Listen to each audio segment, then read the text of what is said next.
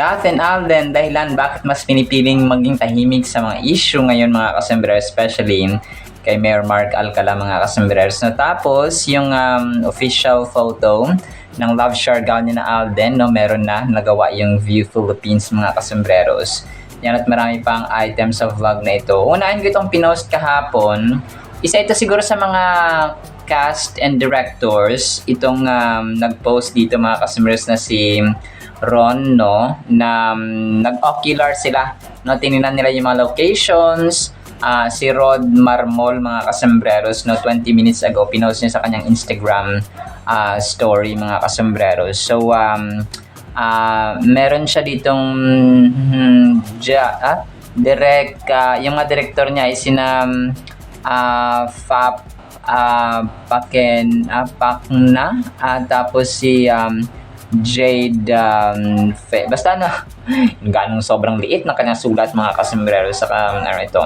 So meron siya may mga pinost siya dito na tatlong photos ng ng ocular day niya, no, Siargao Island, Philippines. Tapos may isa dito na parang yung paa niya, no, na may tattoo pa mga kasembreros. So ocular day kasi 'di ba kailangan tingnan muna ng location mga kasembreros bago sila mag-start ng ng shoot mga kasembreros ng Love Siargao nga, no, mga kasembreros. So abang-abang tayo sa mga susunod na mga kaganapan. Tapos yung tama tong sinabi ni Alden Nights Philippines kay Alden 2 hours ago, King of Brands. Tapos yung picture ni Alden doon sa kanyang bagong bench na photos mga kasembreros ni Soy Team, na kung saan nga ay naka-brown, no, si Phenomenal Box Office Cinema King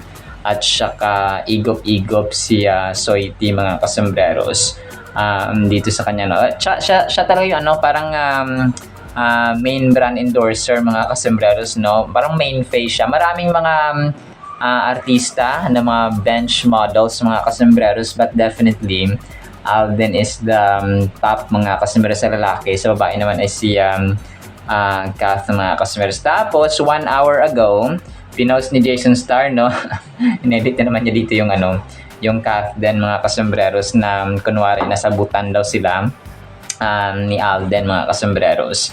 So yung damit ni Alden at saka ni Kath ay twinning, no, mga kasembreros. So ganun siguro kapag nag-edit kasi ng using mga AI tools ay nakokopya niya yung pwede kang parang madami na ngayon marami kang nakikitang mga editors na itatype mo lang kung anong gusto mo mangyari. Tapos maya-maya ay magpa-publish na siya ng finished product mga kasembreros.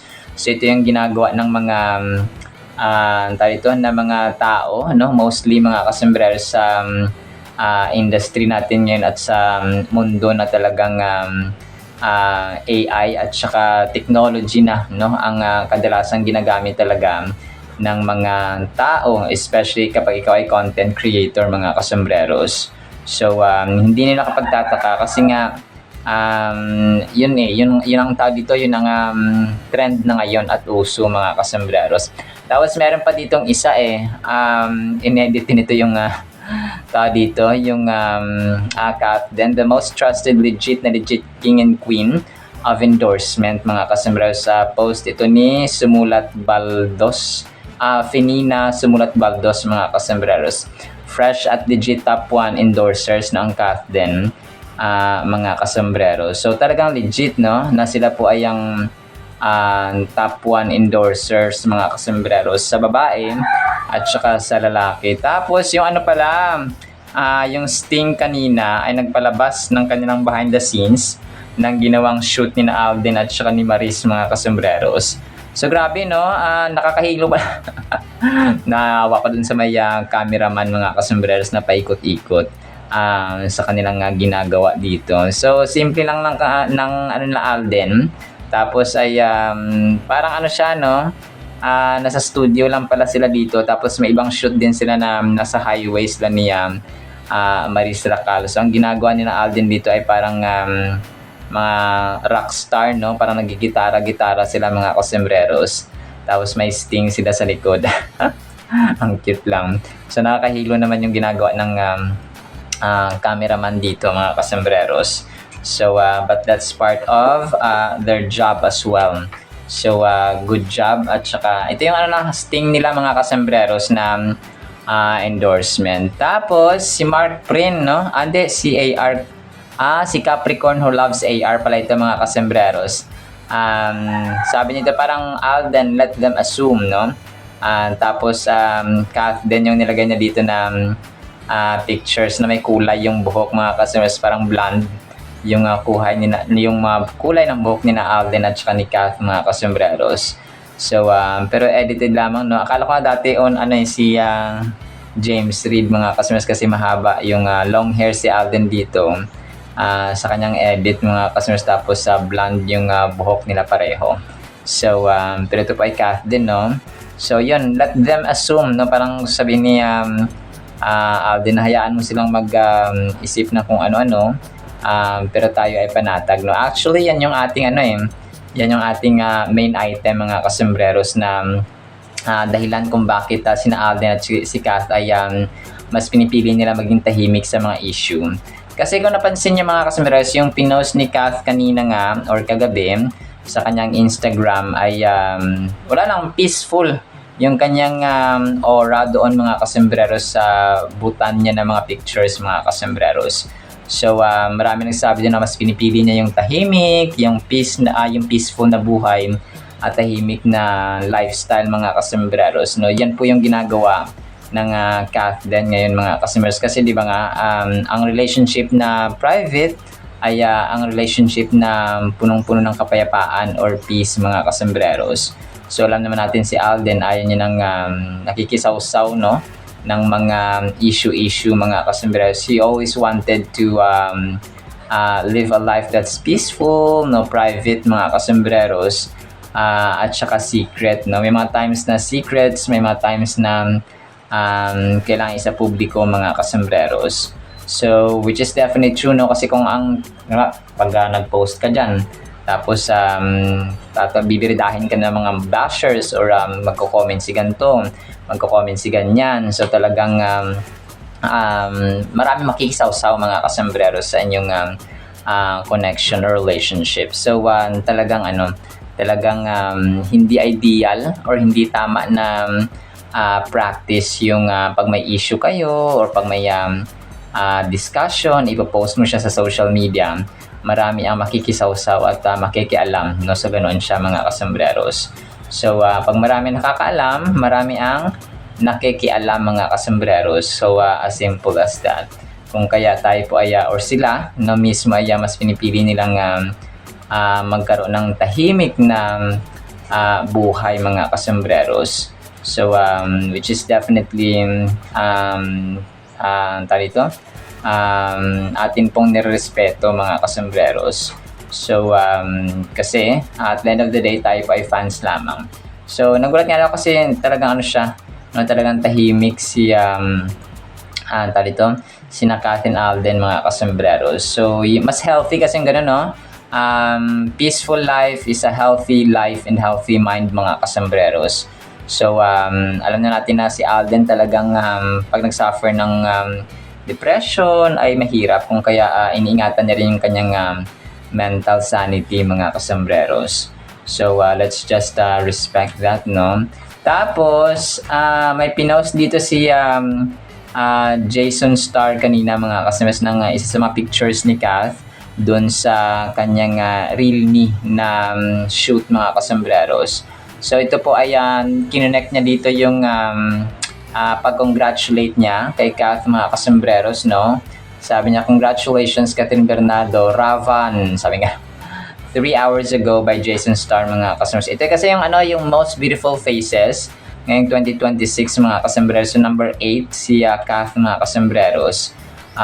Parang they wanted to beat yung number 7, mga kasembreros. So number 8 ko pa, nasa ikawalong spot si Kath, mga kasembreros, dito sa most beautiful faces of 2026. Tapos may pinost din dito si Rowena Morales 2 hours ago.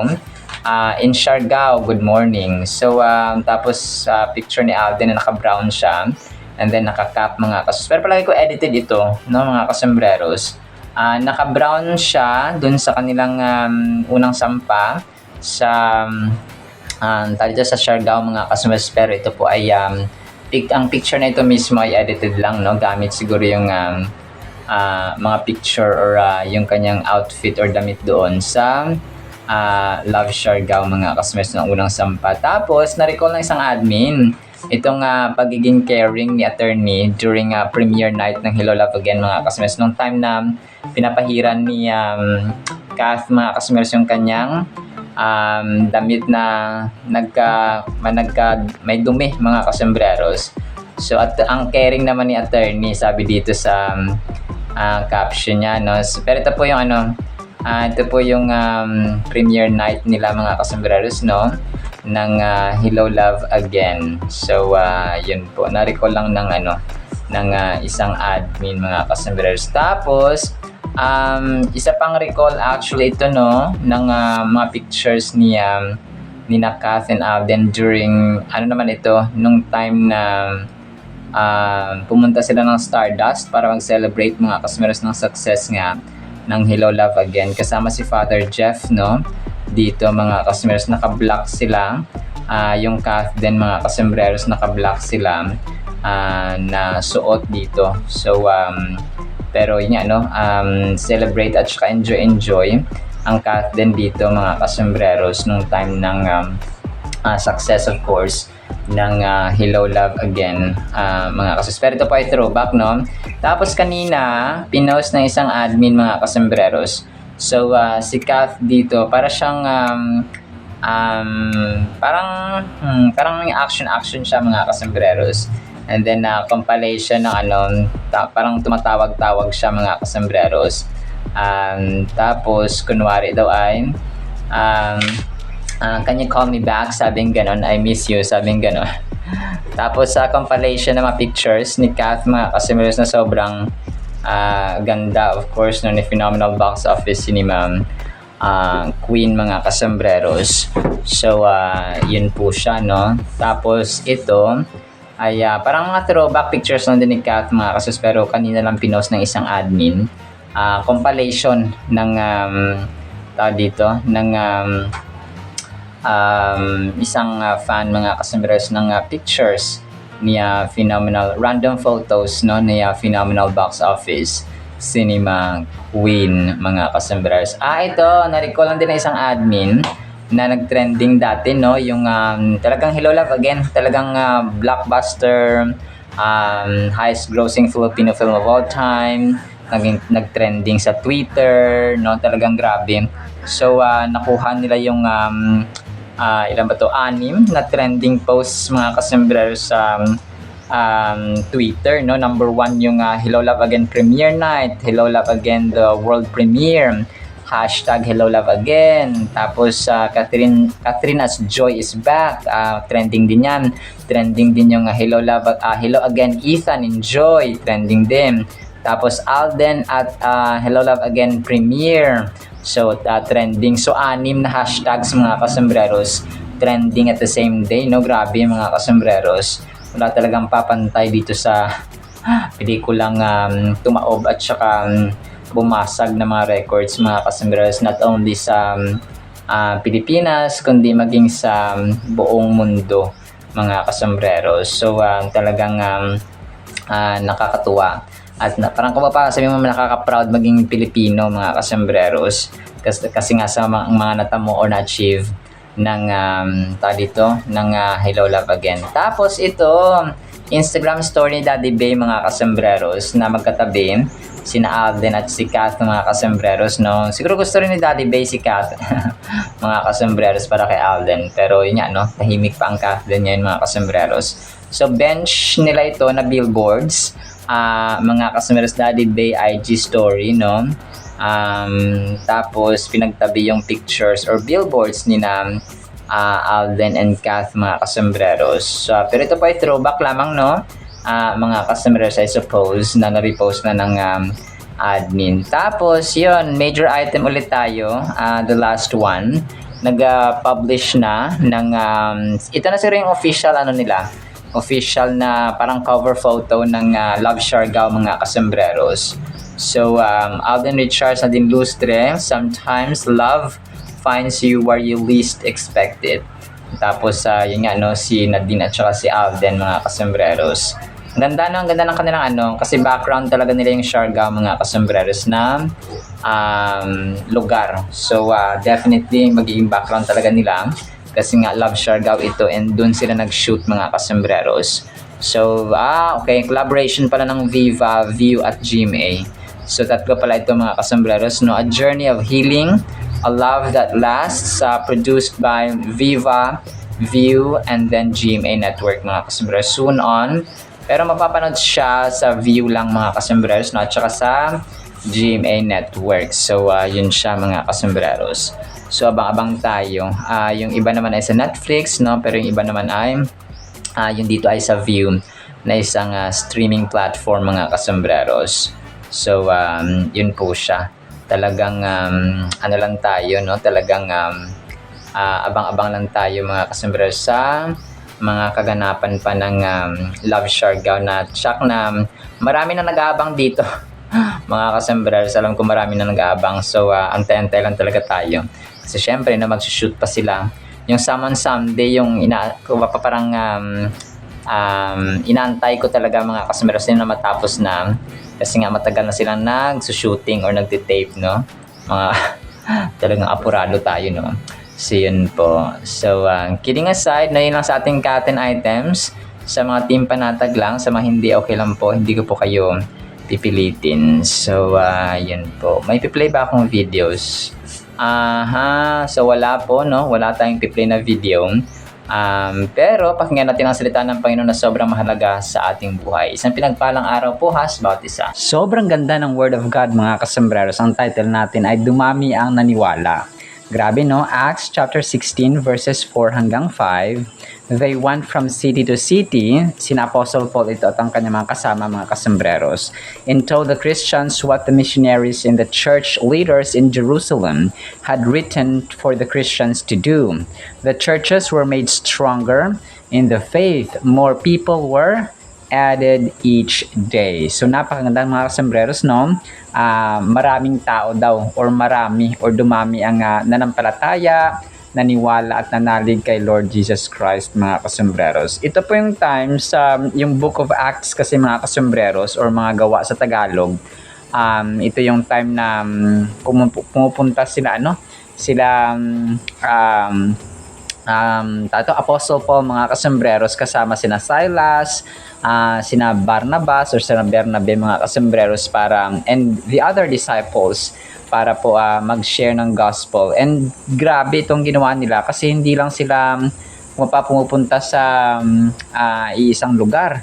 They went from city to city. Sabi dito ni Apostol Pablo mga kasembreros na kung saan ay panilibot nila. And alam niyo yung means of transportation na dati, hindi sasakyan, hindi pa SUV, hindi yung mga mamahaling sasakyan mga kasembreros, hindi yung mga present day natin mga transportation vehicles or means of transportation mga kasembreros kagaya noon, talaga magkaibang iba. So dati talaga minsan naglalakad lang sila, minsan sa barko, minsan sa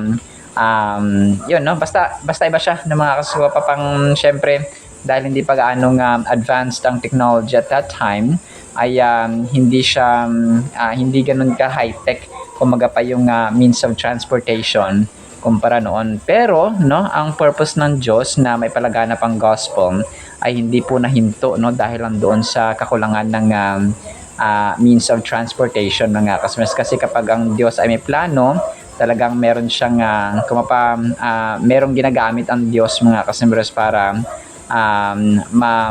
ma-fulfill yung kanyang purpose mga customers, especially spreading the gospel and good news mga kasembreros sa mga taong pinili at sa mga taong makikinig nito o recipients mga kasembreros. So kung isipin natin, hindi actually basta-basta itong kanilang ginawa mga kasembreros kasi unang-una sa lahat si Apostol Pablo ay pinipersecute na that time, no? Talagang ano siya, parang suspect na siya mga kasembreros because they were spreading the gospel and inaakala ng mga tao na mga governors at saka mga leaders ng region na kanilang pinupuntahan ay nagpapalaganap sila or nagbabahagi sila ng nagpapakilala sila or nag-introduce sila mga kasambreros ng ibang Diyos. That is why Apostle Paul was continually hunted mga kasambreros because of yun nga, no? Talagang ano rin niya, no? Talagang purpose din ni Apostol Pablo sa kanyang buhay na maging instrumento or kasangkapan ng Diyos mga kasambreros para sa kanyang gospel, no? Para sa kanyang sa pagpapalaganap mga kasambreros ng salita ng Diyos. So dito may mga missionaries na banggit, no? Maging sa Jerusalem, mga Christians doon mga kasambreros. So parang sa ating present generation, no? Minsan tayo ay nasa gantong lugar or sa gantong lugar or sa gantong lugar. So sa iba't ibang panig ng mundo ngayon ay napakarami na pong Christians mga kasambreros. And ito yung isa sa mga purposes natin bilang yung mga leaders kasi at tagapagturo ng gospel. Iba yung iba yung yung level of evaluation mga kasambreros kumpara natin sa mga mere members lang or yung mga Kristiyano lang na tagasunod kumpara doon sa mga tagaturo. Ang pastor, ang pari, ang bishop, ang evangelist, ang preachers, mga kasambreros, ang prophets ay kakaiba or iba yung level ng evaluation kumpara sa mga nakikinig at recipients lamang ng salita ng Diyos mga kasambreros. Although we have different roles, different responsibilities mga kasambreros, pero lahat tayo ay haharap sa Diyos mga kasambreros one day kapag tayo po ay sa makabilang buhay na. Acts, yung dito, yung kahalagahan mga kasambreros ay nire-recount, no? Or parang inaalala, no? Inaalala natin yung early Christian church. So when we read this verse, no, specifically sa verse 5 mga kasambreros, Acts chapter 16 verse 5, we notice a focus on two significant outcomes: the strengthening of faith amongst the churches and their numerical growth. So kasi lumago, dumami talaga mga kasambreros. Ito rin yung dahilan kung bakit merong merong multiplication ng mga believers mga kasambreros. Kasi kung walang magsasalita, walang magbabahagi ng gospel, walang mag-share ng gospel, ay hindi po nila malalaman at hindi nila makikilala si Lord Jesus Christ. So it's really important na sa isang simbahan dapat meron talagang tagabahagi mga kasambreros ng gospel. May mga missionaries na pinapadala, may mga preachers, may future pastors, may future youth pastor, may future na mga church builders, okay, or church founders mga kasambreros. Mahalaga yun yung pag-build mga kasambreros ng church. Sa amin sa Manila kasi dati isa siya sa mga satellite churches. So isa siya sa mga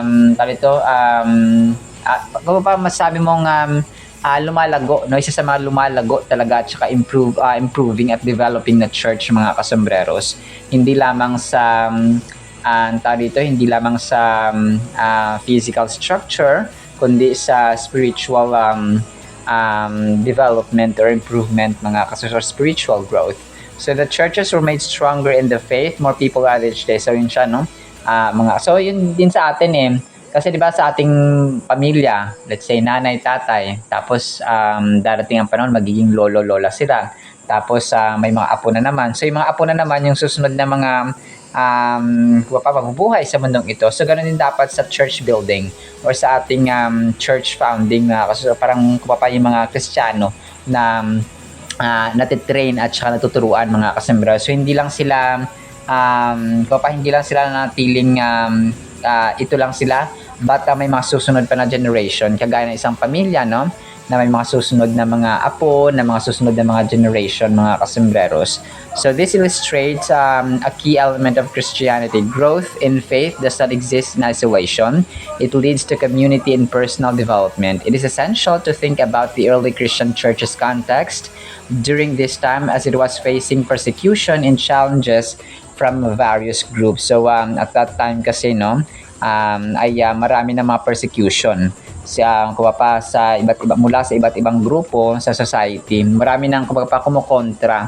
At ang pinakamalala dito, yung mga sumunod na mga pinuno, sumunod na mga governors ay mas malupit, no? Especially during sa time ni Nero, na kung saan ay ginawa niyang parang mga hayop at pampalipas oras. Kumapa, ginawa niyang libangan ang mga Kristiyano at that time, mga kasambreros, sa time na pamumuno ni Nero, mga kasambreros. Grabe, no? Napakalupit actually, mga kasambreros, nung time ni Nero, na kung saan ay ginawa niyang parang libangan sa isang stadium ang mga Kristiyano, mga kasambreros. So despite these hardships, the believers were united and remained devoted to their faith.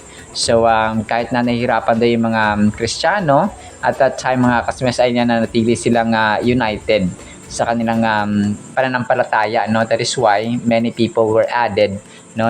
Kung pa dumadami pa rin ang mananampalataya or naniwala kay Lord Jesus Christ, mga kasambreros. In this local context, churches refer to different congregations or gatherings of Christian believers within a region. The increasing numbers highlight not just a surge in attendance, but also the heartfelt commitment individuals had toward growing in Christ. So grabe, no, hindi lang siya yung number of people na convert, pero yung commitment talaga, yung heartfelt, kumaga pa yung tunay, yung authentic at genuine na commitment ng individuals or converted Christians, mga kasambreros, na gusto nilang lumago, gusto nilang makilala palalo si Lord Jesus Christ, mga kasambreros. So the passage subtly emphasizes that the faith shared by these congregations was not a stagnant belief system. Rather, it was dynamic and alive, impacting people's lives and consequently their communities. So ganun siya, mga kasambreros, no? Kasi ano ito hindi basta-basta yung nangyari dito, especially yung sina Apostle Paul ay talagang led by the Holy Spirit sila. So they were guided by God, they were guided by the Holy Spirit, mga kasambreros. Kung kaya napakarami, no? It was an amazing work, no? Ng Holy Spirit, mga kasambreros. And Apostle Paul and Silas and Barnabas, mga kasambreros, were instruments of these or those amazing works ng Panginoon. Living our faith out is seldom a solo endeavor.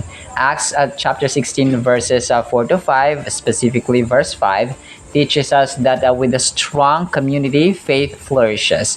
So kapag parang pamilya, no, kapag strong yung bond, yung unity sa loob ng pamilya, ay lumalago. Kung hindi sila nag-aaway man pero nagkakasundo. Hindi sila maghihiwalay, hindi sila magse-separate, mga kasambreros, in a bad way. Kaya yung magpamilya or magkamag-anak, mga kasambreros, maaari mag-separate sila in a nice or in a purposeful way. Kung may purpose kung bakit aalis ang anak, magtatrabaho for example, so but not in a bad way kasi nga united sila, no, sa pananampalataya at pag-ibig ng Diyos. So parang ganoon din po ang church, mga kasambreros, at yung mga taong tatanggap pa sa Panginoong Jesus. When we gather together, we strengthen one another and create a network that supports growth. In our own lives, we should actively look for ways to contribute positively as members of our faith communities. This can be through volunteering, hosting small groups, or simply being an encouraging presence among fellow believers. So, maganda ito na yung mga maliliit natin na mga acts of kindness, especially sa church. Kunwari, sa bahay mo, patutuloyin mo yung mag-Bible study, doon mo sila papatutuloyin sa sa yung bahay sa prayer meeting, maghahanda ka ng mga konting pagkain once a week, for example. So, ganun ba, no? Talaga maganda yung ganoon, mga kasambreros, na napapanatili at na nade-develop pa at nadadagdagan pa yung mga nampalataya. Kapitbahay mo, for example, invite mo, share mo ng gospel, invite mo sa Bible study, for example. So, yung mga ganong mga small acts of kindness, humility, and generosity, no, talagang nakakatulong po iyon sa paglago ng ating church. So yun po. Sa final thought natin, Acts chapter 16 verse 5 serves as a powerful reminder of what is possible when we are grounded in actively nurturing our faith. Let us encourage one another to reach out, grow, and support each other so that our churches flourish both in faith and in number. This verse challenges us to think about how we can contribute to the body of Christ in meaningful ways. So yun siya, no? Talagang maliliit na contribution, yung maliit mo na paglilingkod sa Panginoon, may purpose at may impact po yun sa ating kapwa mananampalataya, mga kasembros, and even the new believers. Alright? So yun lamang po sa ating Word of God, ha? Na pagpalaan po tayo ng pag-ibig, pananampalataya, pag-asa, at mag-contribute tayo, mga kasembros, by serving other people in a way na sila po ay magkaroon din ng pananampalataya at dumagdag sa church ng Panginoon. In the mighty, holy, sweet, magnificent name of the Lord Jesus Christ, we pray, with the communion of the Holy Spirit of the living God. And everyone said amen and amen. See you sa next segment, mga kasamaras, and paalam po. I love you all.